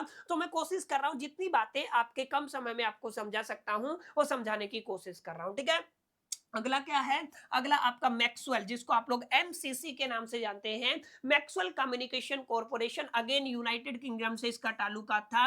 1991 के अंदर ये स्कैंडल सामने आया था। अब ध्यान रखिएगा, इसके फाउंडर का नाम है रॉबर्ट मैक्सवेल। ठीक है, उस टाइम पे इसको मीडिया टाइकून माना जाता था। ठीक है, और कंट्री यूनाइटेड किंगडम था। क्या हुआ था ये समझिएगा, आफ्टर मैक्सवेल डेथ, ध्यान रखिएगा यहाँ पे कहा यह जाता है मैक्सवेल की जो डेथ थी ना वो भी मिस्टीरियस तरीके से हुई थी। ठीक है, तो मैक्सवेल की डेथ के बाद it is found that he had illegally used the employees pension fund to cover his company's loss, यानी कि इन्होंने क्या किया, इलीगल तरीके से जितने भी एम्प्लॉयज के पेंशन फंड है उसका गलत तरीके से इस्तेमाल करके अपने कंपनी के लॉसेस को कवर किया। ठीक है, ये एक बड़ा एजेंडा था इस पर्टिकुलर सिचुएशन के अंदर। की इश्यूज की बात करते हैं तो यहाँ पे आपके एम्प्लॉयज पेंशन फंड का मिसयूज किया गया, यहाँ पे इंटरनल कंट्रोल का लैक देखने को मिला और यहाँ पे कोई प्रॉपर बोर्ड ओवरसाइट देखने को नहीं मिली थी। ये कुछ की इश्यूज थे जिनकी वजह से आप लोग क्या कह सकते हैं इतना बड़ा स्कैंडल हुआ।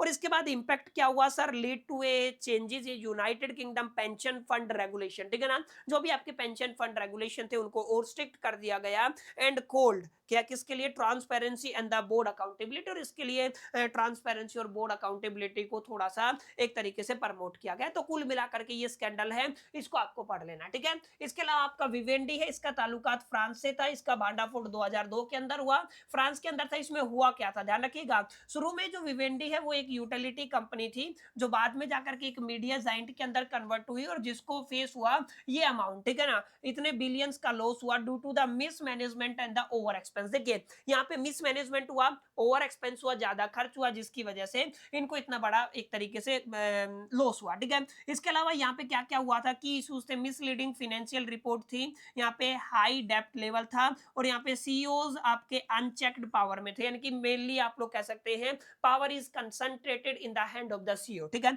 काफी डिटेल में हम लोग नहीं जाएंगे। इंपैक्ट ऑन द गवर्नेंस की बात करते हैं तो promote the reforms in the financial disclosure law in the France, specific specifically for the media and telecom sector. तो ठीक है, इसको एक बार पढ़ लीजिएगा।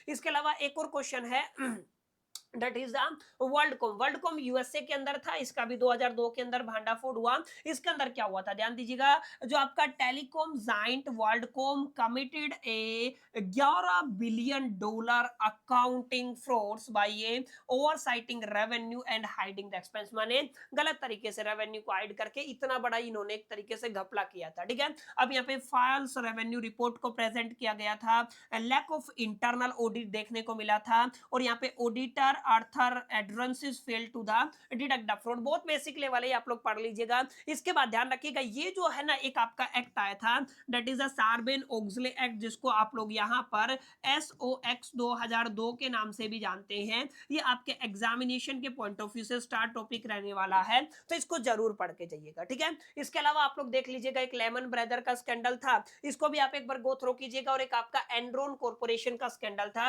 ये दोनों ही काफी इंपॉर्टेंट है, ये वाला टॉपिक भी इंपॉर्टेंट है और ये वाला टॉपिक भी इंपॉर्टेंट है। इन दोनों से सवाल आएगा। ठीक है, यहाँ से संभावना है एक क्वेश्चन मिलेगा ही मिलेगा, तो मेक श्योर करके इनको पढ़ लीजिएगा। और जो हमारे रेगुलर व्यूअर होंगे, आप सभी जानते हैं मैंने काफी डिटेल में, काफी गहराई में जा करके इन तमाम पॉइंट्स को कवर करवाया हुआ है, तो आपको सिरदर्दी, आपको हेडेक, आपको परेशान होने की तो जरूरत बिल्कुल भी नहीं है। ठीक है, तो आई होप कितनी क्लैरिटी आपको मिल गया होगा, तो इस मुद्दे पर बात नहीं करूंगा। हाँ, जो क्वेश्चन मैंने आपको बताया था SOX 2002, इसके ऊपर हम लोग चर्चा करेंगे। तो ध्यान दीजिएगा, what is the Sarbanes Oxley Act, ये क्या कहता है, ध्यान दीजिएगा। Sarbanes Oxley Act is a US federal law passed in 2002। ध्यान दीजिएगा, जो आपका सार्बेन-ओक्सले एक्ट है वो 2002 के अंदर यूएसए फेडरल लॉ ने पास किया था। ठीक है, and it was introduced after the major corporate fraud scandal like Enron, जो आपका एक स्कैंडल था, और वर्ल्डकॉम। ठीक है ना, दो बड़े स्कैंडल मौजूदा दौर में हुए थे, एक आपका वर्ल्डकॉम स्कैंडल था अभी देखा, इसके अलावा एक आपका एनरॉन स्कैंडल था। ठीक है, उसके बाद क्या हुआ, जो आपका the Sarbanes Oxley Act that is the USA federal law pass किया गया 2002 के अंदर। ठीक है, अब इसका मेन पर्पस क्या था, इसका मेन पर्पस था आपको प्रोटेक्ट करना इन्वेस्टर को बाय इंप्रूविंग द एक्यूरेसी, किसको इंप्रूव करके, एक्यूरेसी को इंप्रूव करके, and the reliability of the corporate disclosure. समझ में आया, यानी कि accuracy and the reliability of the corporate disclosure and preventing the fraud. ठीक है, और किससे प्रिवेंट करना था सर, फ्रॉड से प्रिवेंट करना था। ठीक है, इसको पढ़िएगा। आगे देखिए, आगे क्या लिखा हुआ है, यहाँ पे लिखा हुआ है की प्रोविजन। अच्छा, एसओएक्स के अंदर कुछ प्रोविजन है, सेक्शन 302, सेक्शन 404, उसके बाद 409, उसके बाद 802, उसके बाद 806, और उसके बाद आपका है पीसीएओबी क्रिएशन। ठीक है, तो कुल मिलाकर के सेक्शन 302, 404, 409, 802, 806 को आपको पढ़ना है। अच्छा, 302 क्या कहता है, देखो 302 कहता है आपके जो सीईओ हैं और जो आपके सीएफओ हैं must certified that financial reports are accurate and complete. ठीक है ना, इनको क्या करना पड़ेगा, अपनी फाइनेंशियल रिपोर्ट को सर्टिफाई करना पड़ेगा कि ये जो फाइनेंशियल रिपोर्ट है ना, ये एक्यूरेट रहने वाली है और ये कंप्लीट रहने वाली है। ये जो आपका एक्ट आया था, ये जो आपका लॉ आया था that is the Sarbanes Oxley act जो 2002 के अंदर, उसके अंदर ये प्रोविजन दिए गए थे। ठीक है, 404 के अंदर क्या कहा गया कि companies must create and test internal control system to prevent the fraud, यानी कि कंपनीज को क्या करना पड़ेगा, आपके इंटरनल कंट्रोल सिस्टम को बना करके टेस्ट करना पड़ेगा ताकि इन फ्रॉड से बचा जा सके। इसी तरीके से यहाँ पे जो 409 है वो क्या कहता है, companies must disclose any material changes in their financial condition. ठीक है ना, यानी कि अगर कोई भी कंपनी फाइनेंशियल कंडीशंस के अंदर किसी मटेरियल को चेंज करती है तो उसको क्या करना पड़ेगा, उसको डिस्क्लोज करना पड़ेगा। ठीक है, सेक्शन 802 क्या कहता है, serve penalties for altering, destroying and falsify financial record. जिसने भी इस तरीके के गलत चीजें की है ना, फाल्सिफाई रिकॉर्ड्स किया है, अल्टर किया है, डिस्ट्रॉय किया है, तो उसको पेनल्टी लगेगा। ठीक है, क्या लगेगा सर, पेनल्टी लगेगा। और 800 से 806 क्या कहता है, विसल ब्लोवर प्रोटेक्शन के बारे में बात करता है। अगर कोई व्यक्ति आपकी जैसे रॉन्ग डूइंग के अगेंस्ट अगर कोई रिपोर्ट करता है या आवाज उठाता है तो उसको प्रोटेक्ट करने का कहानी आपको आपके सार्बेन-ओक्सले एक्ट SOX 2002 के अंदर सेक्शन 806 के अंदर देखने को मिलती है। कुल मिलाकर के बिल्कुल बेसिक चीजें हैं, बिल्कुल इजी टू अंडरस्टैंड लैंग्वेज है, पढ़ लीजिएगा। ठीक है, आई होप कितनी बातें आपको क्लियर रही होगी। इसके अलावा एक और क्वेश्चन है, how companies complied with SOX। तो ध्यान दीजिएगा, एक आपका फाइनेंशियल मिस रिपोर्टिंग हो गया, ऑडिट फेलियर हो गया, लैक ऑफ ट्रांसपेरेंसी हो गया, और आपका विसल ब्लोवर फेलियर हो गया। इन तमाम केसेस के अंदर आपको SOX ये क्या करता है, सॉल्यूशन प्रोवाइड करता है। ठीक है, तो यहाँ पर आपका जो SOX रहने वाला है वो आपको कुछ इस तरीके के सॉल्यूशन यहाँ पर प्रोवाइड करने वाला है, ठीक है। तो ये आपके कंप्लायंस स्टेप रहेंगे। कंप्लायंस स्टेप के अंदर ये कुछ बुनियादी बातें हैं जो आपको पढ़नी है, जिनको आपको एक बार गो थ्रू करना। देखिए कुछ कुछ ऐसे क्वेश्चन है जो मैं स्किप करवा रहा हूँ, उसका रीजन ही यही है कि वहां पे केवल समझने वाली बात कुछ भी नहीं है। और मेरी जो ऑडियंस है वो मेजोरिटी ऑफ द ऑडियंस ऐसी है जिन्होंने मेरे साथ पूरे के पूरे सेमेस्टर के दरमियान मेहनत किया है, क्योंकि मैंने पूरा का पूरा कोर्स आपको पढ़ाया है। एक्सपेक्टिंग द लास्ट जो चैप्टर है आपका उसको छोड़ करके ना, बाकी हम लोगों ने तमाम चैप्टर्स कंप्लीट किए हैं। तो आप सभी जानते हैं बिल्कुल बेसिक चीजें हैं, बहुत डिटेल में जाकर के हमने पढ़ा हुआ है। तो एक बार आपको गो थ्रू कर लेना, क्योंकि ये बिल्कुल बेसिक चीजें हैं, हो सकता है एग्जामिनेशन के अंदर इस बार भी रिपीट हो जाए, ठीक है। अब हम लोग बिल्कुल लास्ट एंड पर है, लास्ट फेज पर है। ये जो टॉपिक है ना ये मैंने नहीं पढ़ाया हुआ है, तो इसलिए मैं इस पे थोड़ा सा टाइम लगाऊंगा, ध्यान दीजिएगा। Discuss the recommendation given by the Kumar Mangalam Birla committee. अब यहाँ पे ध्यान रखिएगा, सबसे पहले हम लोग किसकी बात कर रहे हैं सर? कुमार मंगलम बिरला कमेटी ने कुछ रिकमेंडेशन दिए थे कॉर्पोरेट गवर्नेंस को लेकर के, उनके बारे में बताना। अब ध्यान दीजिएगा, सबसे पहले बैकग्राउंड की चर्चा करते हैं। अगर आप लोग कुमार मंगलम बिरला कमेटी की बात करते हैं तो सीबी ने इसको सेट किया था 1999 के अंदर, 1999 के अंदर, ठीक है। इसका मेन एम था कि आपके जो स्टैंडर्ड ऑफ कॉर्पोरेट गवर्नेंस है उनको इंप्रूव किया जाए, किसके लिए? लिस्टेड कंपनीज के लिए इंडिया के अंदर, ठीक है। आगे देखिए, it recommendation leads to the introduction of the clause 49, ठीक है ना। यहाँ पे याद रखिएगा, इसकी जो रिकमेंडेशन लीड करती है introduction of the clause 49 in the listing agreement, किसके अंदर? Listing agreement for the stock exchange, ठीक है। तो ये आपका एक बेसिक आपका बैकग्राउंड है, किसको लेकर के? कुमार मंगलम बिरला कमेटी को लेकर के। इसकी की रिकमेंडेशन क्या थी, ध्यान रखिएगा। सबसे पहले इसने बोर्ड्स ऑफ डायरेक्टर को लेकर के कुछ रिकमेंडेशन दिया। सबसे पहले इन्होंने कहा minimum 50% board member should be the non executive director, यानी कि आपके क्या होने चाहिए? 50% आपके नॉन एग्जीक्यूटिव डायरेक्टर्स होने चाहिए। इसके अलावा if the chairperson is a executive director, at least 50% of the board should be independent director. ये क्या कहता है? अगर आपका चेयरमैन है वो एग्जीक्यूटिव डायरेक्टर है तो पूरे बोर्ड का 50% क्या होगा? इंडिपेंडेंट डायरेक्टर से भरा होगा, ठीक है। And if the chairman is non executive, अगर आपका चेयरमैन नॉन एग्जीक्यूटिव है तो एटलीस्ट 1/3, ध्यान रखिएगा क्या है? 1/3 of the board should be independent director. समझ में आया? तो ये जो रिकमेंडेशन थी कुमार मंगलम बिरला कमेटी की तरफ से बोर्ड्स ऑफ डायरेक्टर को लेकर के थी, कुछ आपकी ऑडिट कमेटी को लेकर के भी थी। देखिए ऑडिट कमेटी के अंदर इन्होंने क्या कहा? Every listed company must form an audit committee, हर एक लिस्टेड कंपनी को ऑडिट कमेटी बनाना पड़ेगा और उनके पास एटलीस्ट 3 डायरेक्टर होने चाहिए और all should be non executive and 2/3 should be independent. समझ में आया? सारे क्या होने चाहिए? नॉन एग्जीक्यूटिव, और उनका 2/3 क्या होना चाहिए? इंडिपेंडेंट होना चाहिए। इसके अलावा at least 1 member must be have a financial and the accounting knowledge, यानी कि एक मेंबर के पास, कम से कम एक मेंबर के पास फाइनेंशियल और अकाउंटिंग नॉलेज होनी चाहिए। And the committee should meet at least 3 time a year, ठीक है ना। और आपकी जो कमेटी है उसको एटलीस्ट एक साल के अंदर 3 टाइम मीट करना पड़ेगा, ठीक है। ये रिकमेंडेशन ऑडिट कमेटी को लेकर के थी। इसी तरीके से डायरेक्ट के रेमुनेशन, सैलरी और वेजेस को लेकर के भी इन्होंने कुछ रिकमेंडेशन दी थी, जैसे डिटेल ऑफ द डायरेक्टर्स की salary, bonus, stock options should be disclosed transparently, माने इनको डिस्क्लोज करना पड़ेगा। And shareholders must know what directors are being paid, ठीक है ना। और शेयर होल्डर्स को ये पता होना चाहिए कि डायरेक्टर्स को कितना पे किया जा रहा है, ठीक है। इसी तरीके से इन्होंने मीटिंग्स, बोर्ड मीटिंग को लेकर के और डिस्क्लोजर को लेकर के भी कुछ रिकमेंडेशन दिया था कि companies must regularly hold board meeting at least 4 time in year, ठीक है ना। इनकी 4 बार एक साल के अंदर बोर्ड मीटिंग रखना पड़ेगा। And information like a quarterly results, related party transactions etcetera must be shared with the board, और ये जितनी भी आपकी जानकारी है बोर्ड के साथ आपको क्या करनी पड़ेगी? शेयर करनी पड़ेगी, ठीक है।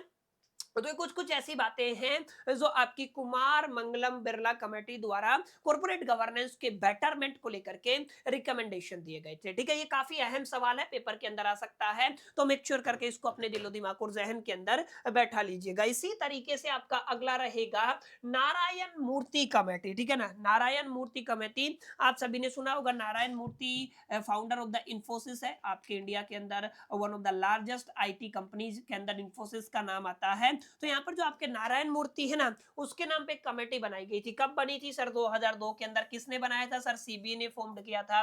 मेन पर्पस क्या था? रिव्यू करना जो पहले क्लोज 49 आया है लिस्टेड एग्रीमेंट के अंदर, एंड सजेशन देना किसके इंप्रूवमेंट के लिए सर? कॉर्पोरेट गवर्नेंस प्रैक्टिसेस को इंप्रूव करने के लिए, ठीक है। और this committee was chaired by mister N R Narayana Murthy, जो किसके फाउंडर हैं सर? इन्फोसिस के फाउंडर है, ठीक है। अब की रिकमेंडेशन सबसे पहली ऑडिट कमेटी को लेकर के था सर। ऑडिट कमेटी को लेकर के, audit committee should review the financial statement before submission to the board. ध्यान रखिएगा, बोर्ड में सबमिट करने से पहले फाइनेंशियल जो स्टेटमेंट है उनको रिव्यू करने का काम ऑडिट कमेटी का है। Internal control system, risk management system, related party transaction, and audit committee should also review the use of the fund raised from the public और इंस्टीट्यूशनल इन्वेस्टर, ठीक है। यानी कि इंस्टीट्यूशनल इन्वेस्टर से या पब्लिक से जो फंड रेज किया है उसको भी रिव्यू करने का काम किसका रहेगा सर? ऑडिट कमेटी का रहेगा। These recommendation are done by the Narayana Murthy committee, ठीक है। अब आगे देखिए, इन्होंने रिकमेंडेशन दिया ऑडिट क्वालिफिकेशन को लेकर के।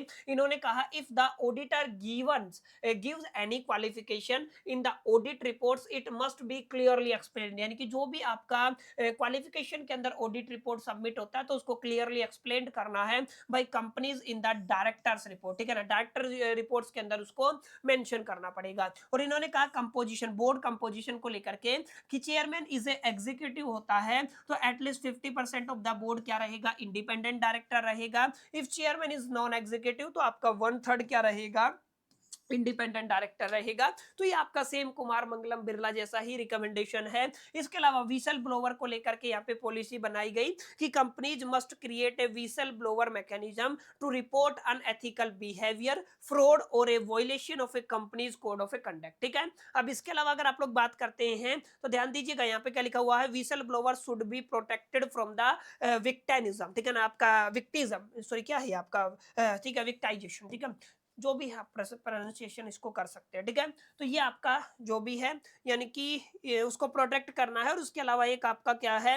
रिस्क मैनेजमेंट भी है, ठीक है। तो कुल मिलाकर के रिकमेंडेशन है जो किसके द्वारा की गई थी? नारायण मूर्ति कमेटी के द्वारा की गई थी। एक बार इसको भी आपको गो थ्रू कर लेना, ठीक है। एंड इसके अलावा आपका एक क्वेश्चन ये भी काफी अहम सवाल है भाई साहब, कई बार पूछ लिया जाता है एग्जामिनर के अंदर, सॉरी एग्जामिनेशन के अंदर, what are the features and the principle of the SEBI's LODR regulation, ठीक है ना। तो सबसे पहले सीबी का तो पता, लोडर का मतलब क्या होता है? Listing obligation and disclosure requirement regulation 2015, ठीक है। ये इसका फुल फॉर्म होता है। इसको इशू किया गया था by SEBI to ensure that all listed companies in India follow a uniform listing and disclosure norm. समझ में आया? यानी कि जितनी भी इंडिया के अंदर लिस्टिंग कंपनीज है वो इक्वल नॉर्म्स को फॉलो करें। और इसको इफेक्ट के अंदर कब आया? 1 दिसंबर 2015 के अंदर, ठीक है। अब कुछ फीचर्स आपको बतानी है और कुछ कोर प्रिंसिपल आपको बताने। कोर प्रिंसिपल के अंदर फेयर डिस्क्लोजर हो गया, इंटीग्रिटी एंड अकाउंटेबिलिटी हो गया, टाइम लाइन्स हो गया, उसके बाद इंडिपेंडेंस ऑफ बोर्ड हो गया, उसके बाद protection of the minority shareholder हो गया, risk management and the internal control हो गया, इसके अलावा कंप्लायंसेस एंड मॉनिटरिंग हो गया। These are very basic points, ठीक है। वहीं अगर आप लोग फीचर्स की बात करते हैं तो भाई साहब यूनिफॉर्म कंप्लायंसेज होना चाहिए, ट्रांसपेरेंसी होना चाहिए, कॉर्पोरेट गवर्नेंस अच्छे से फॉलो होना चाहिए, इन्वेस्टर का प्रोटेक्शन होना चाहिए, पीरियोडिक डिस्क्लोजर होना चाहिए, role of promoters and director mention होना चाहिए, और उसके बाद applicability. These are very basic features, ठीक है। ये क्या होती हैं? बेसिक फीचर होती है। यहाँ पे कुछ समझने वाली बात आई डोंट थिंक की है, ठीक है। आगे देखिए, एक और कमेटी है दैट इज जिसको आप लोग क्या कहते हो? कोटेक कमेटी। ये आपका क्या है? इसको भी थोड़ा पढ़ लेते हैं sir. Kotak committee on a corporate governance was founded by SEBI in June 2017। इसको अभी थोड़े दिन पहले जून 2017 के अंदर बनाया गया था under the chairmanship of the Uday Kotak. आप सभी जानते हैं कोटक महिंद्रा बैंक के सीईओ हैं। And the aim was improve corporate governance standard for listed companies in India, ठीक है। और इनका मेन एम क्या था कि भाई साहब कॉर्पोरेट स्टैंडर्ड को क्या करना है? इंप्रूव करना है इंडिया के अंदर भी, ठीक है। और रिकमेंडेशन वही रिकमेंडेशन है, minimum number of independent directors, यानी कि लिस्टेड कंपनीज के अंदर 50% independent directors if chairperson is executive और related to the promoter, obvious सी बात है, ठीक है। And 1/3 of the independent director otherwise. इसके अलावा अगर कोई सिनेरियो है तो 1/3 आपका क्या होना चाहिए? आपका इंडिपेंडेंट डायरेक्टर होना चाहिए। इसके अलावा इन्होंने बताया था सेपरेशन ऑफ रोल होना चाहिए, यानी कि head of the board chairman और जो आपका मैनेजिंग डायरेक्टर है और सीईओ है, ठीक है ना। इन उन दोनों के बीच में, उनके रोल के बीच में क्या होना चाहिए, डिफरेंस होना चाहिए, ठीक है। इसके अलावा बोर्ड्स के अंदर डाइवर्सिटी होना जरूरी है। उसके बाद आपका quorum for the board meeting, these are the very basic point, ठीक है। ये आपके रिकमेंडेशन थे जो कोटक कमेटी के द्वारा दिए गए थे, ठीक है। अब इसके अलावा आपको एक एक्सप्लेन करना है सत्यम स्कैम को। आप सभी जानते हैं सत्यम स्कैम के बारे में, आप सभी ने पढ़ा होगा, मैंने काफी डिटेल में पढ़ाया हुआ है। सत्यम स्कैम जो भी है इसको आप लोग एक बार जरूर गो थ्रू कीजिएगा। इस सवाल के भी अक्सर आपके फाइनल एग्जामिनेशन में आने की प्रोबेबिलिटी, पॉसिबिलिटी, संभावना और चांसेस बहुत ज्यादा रहती है, ठीक है। तो my dear friends, these are the very basic questions, इनको आज के वीडियो लेक्चर के अंदर हम लोगों ने समझने की कोशिश की। और मुझे नहीं लगता जिन्होंने अभी तक कुछ भी नहीं पढ़ा था और लास्ट मोमेंट पे जो बच्चे कुछ ऐसा सर्च कर रहे थे कि यार एक वीडियो मिल जाए जिसको हम लोग पढ़ करके ना फाइनल एग्जामिनेशन के अंदर न केवल पास हो सके बल्कि काफी अच्छे मार्क्स सिक्योर कर सके, तो आप सभी की जो जरूरत थी इस वीडियो को देख करके पूरी हो गई होगी। फिर भी कुछ रहता है, कोई कॉन्सेप्ट रहता है कि यार यहाँ पे नहीं समझ में आया, आप हमारे चैनल पे डेफिनेटली विजिट कीजिए। बीकॉम कॉर्नर के ऊपर प्लेलिस्ट के सेक्शन के अंदर कॉर्पोरेट गवर्नेंस 2026 के नाम से प्लेलिस्ट बना हुआ है, वहां पर आप लोग उस टॉपिक को समझ सकते हैं, क्योंकि अभी भी हमारे पास सफिशिएंट टाइम है, ठीक है। बीच में 2-3 दिन बचे हुए हैं, आप लोग अपनी प्रिपरेशन को इन 2-3 दिन के दरमियान नेक्स्ट लेवल के ऊपर लेके जा सकते हैं। उम्मीद करता हूं ये छोटा सा वीडियो आप सभी को पसंद आया होगा, सेशन अच्छा लगा होगा। वीडियो अच्छा लगा तो इस वीडियो को लाइक जरूर कर दीजिएगा, दोस्तों के साथ शेयर करना मत भूलिएगा। पहली दफे चैनल पे आए हैं तो सब्सक्राइब करके बेल आइकन को जरूर प्रेस कर दीजिएगा। इस वीडियो के अंदर इतना ही, मिलते हैं नेक्स्ट वीडियो के अंदर। जब तक के लिए मैं तो सोल दी बाय, स्टिल द कीप